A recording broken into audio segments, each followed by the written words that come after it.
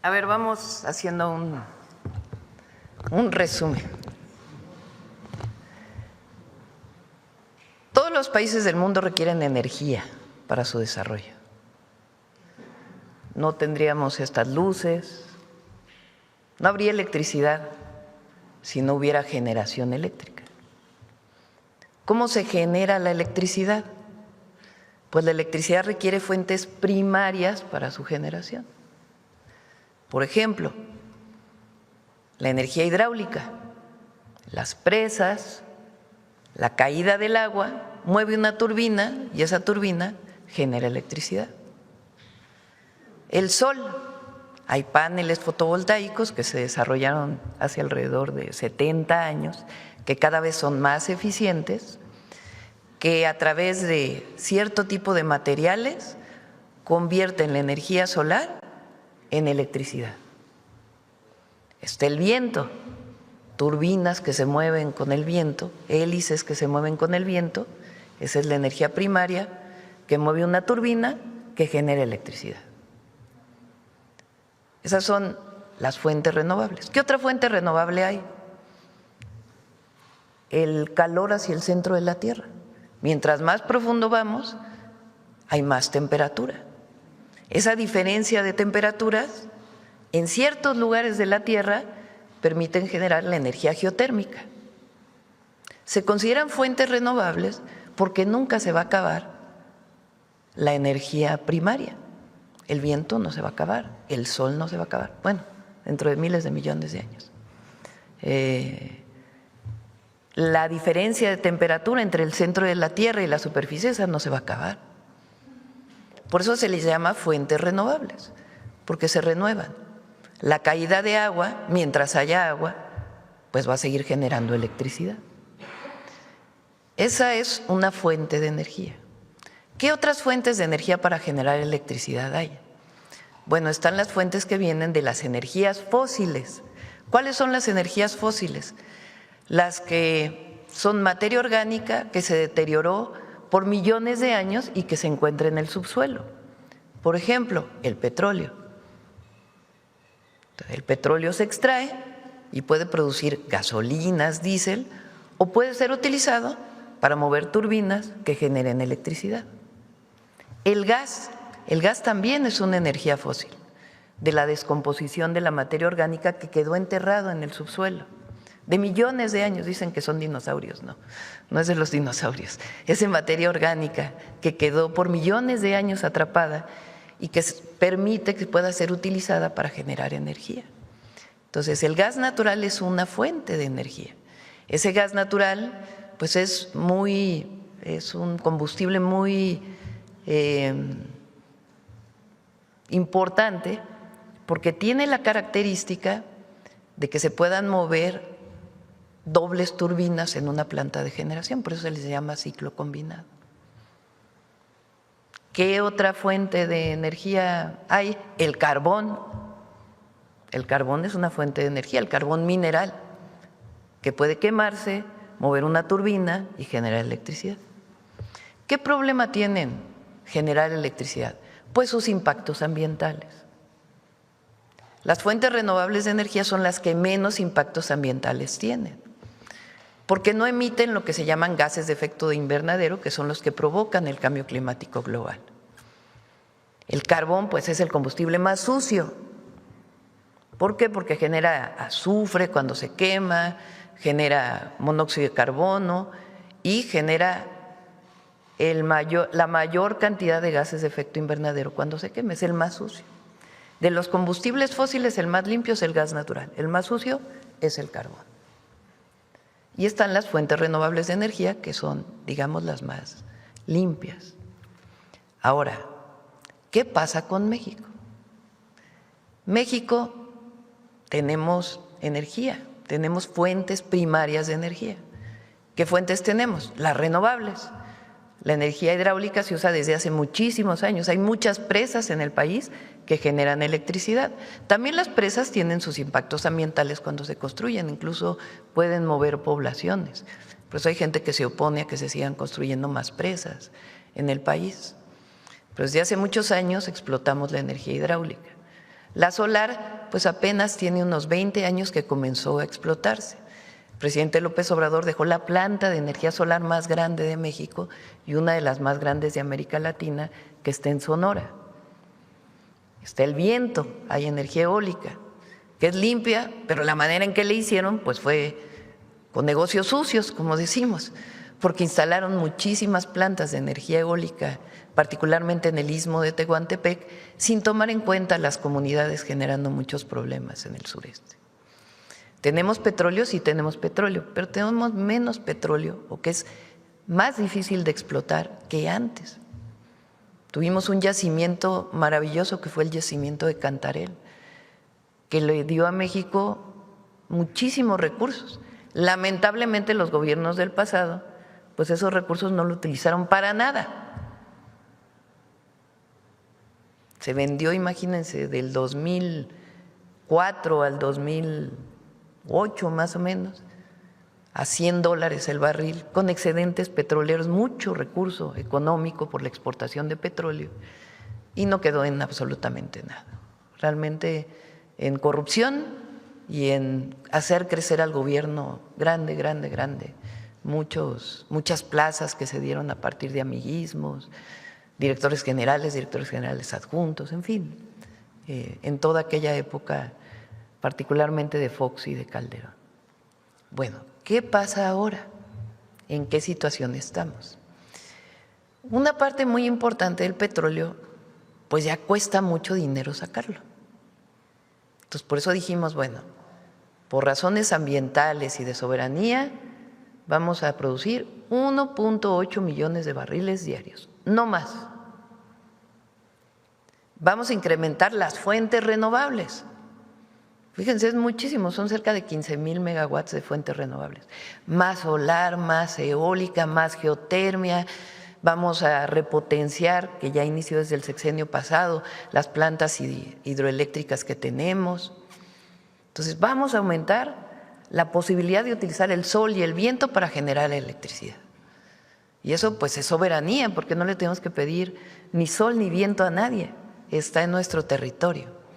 La geotérmica pues también está en nuestro territorio, no tenemos que pedirle a nadie. Pero hay un combustible, que es el gas natural, que cada vez importamos más. ¿Qué pasa con el petróleo? Gracias al presidente López Obrador se mejoraron las refinerías, se construyó una nueva refinería, se compró otra refinería y la mayoría de las gasolinas y el diésel que consumimos lo producimos en México. Pero hay un combustible, que es el gas natural, que estamos importando mucho. Si no hacemos nada, pues cada vez vamos a importar más.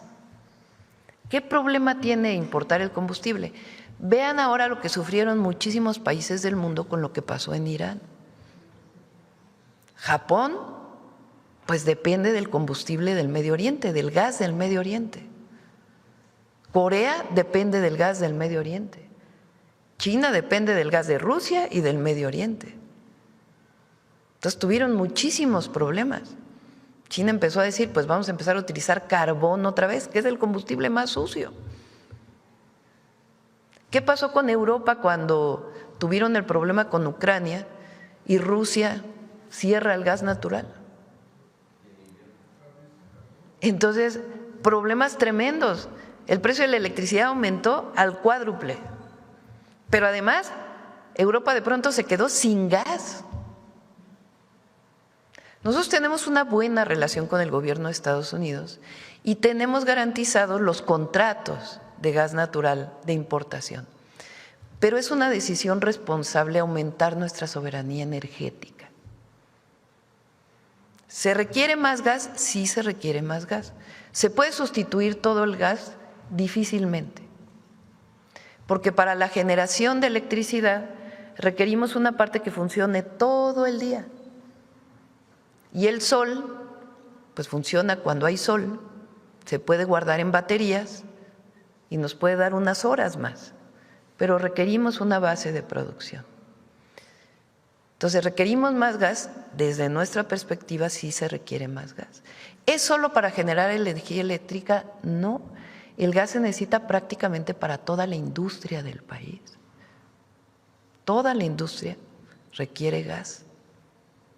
Y la industria también se está moviendo a fuentes renovables de energía. Entonces la pregunta es, ¿y dónde está el gas en México? ¿Y de dónde estamos importando gas? Entonces, ¿de dónde importamos gas? Principalmente de Texas. ¿De qué tipo de gas es? Pues es un gas que se llama no convencional, gas de lutita. Es decir, todo el gas que importamos viene de un tipo de explotación que tiene impactos ambientales, pero todo lo que importamos está a 100 metros de la frontera. ¿Tenemos gas convencional, de ese que viene con petróleo o gas no asociado? Sí tenemos, pero no mucho.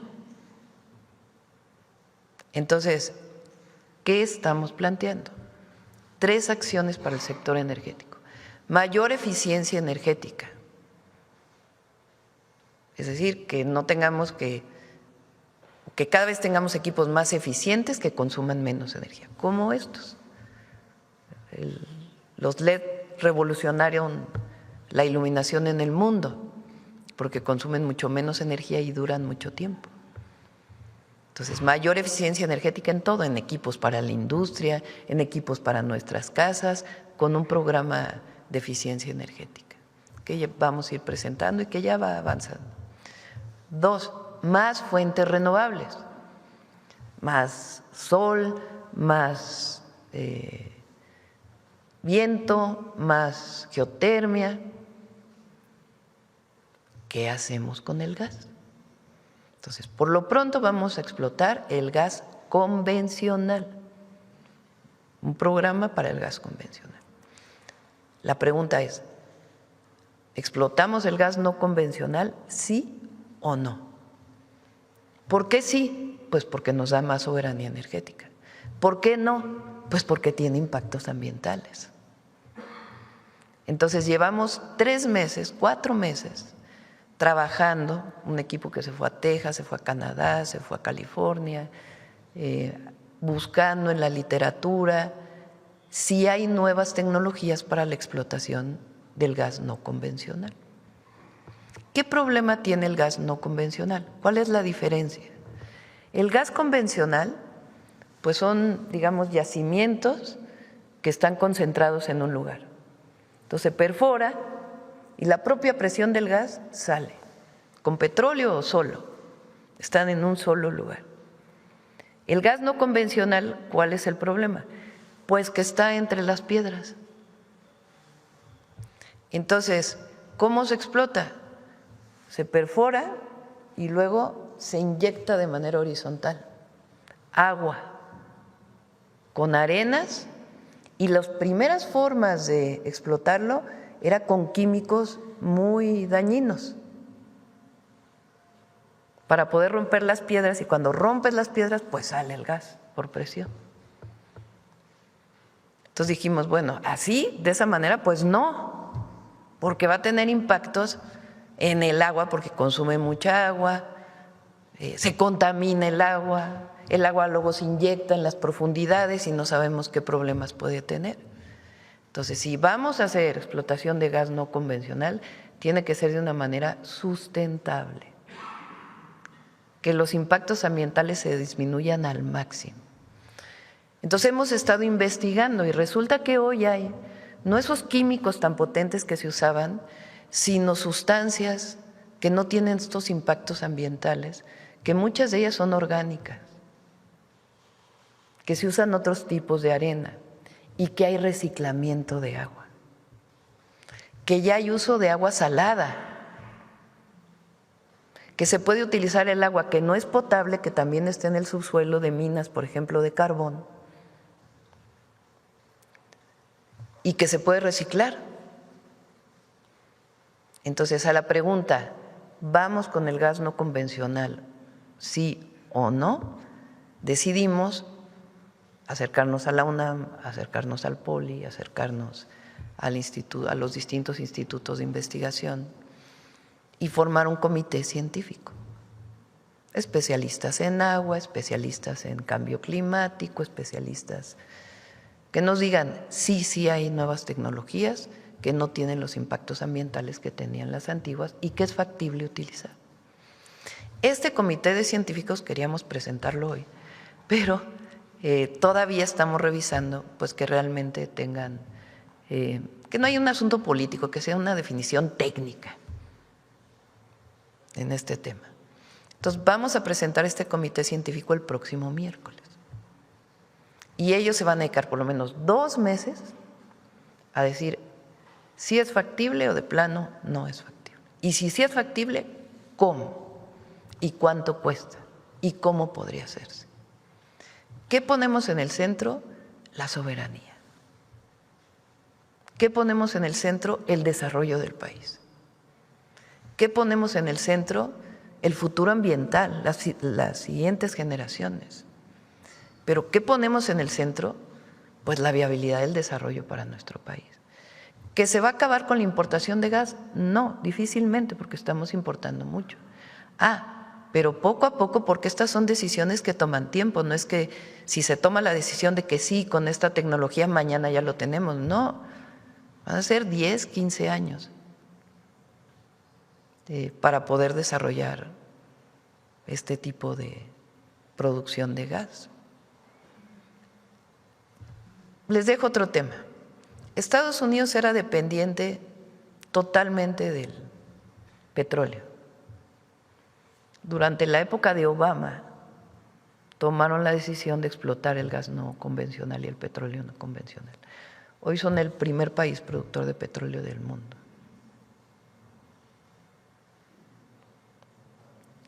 Que el petróleo es la solución y que… No. Pues si yo tantos años me dediqué al cambio climático, pues no voy a decir que el petróleo es la solución.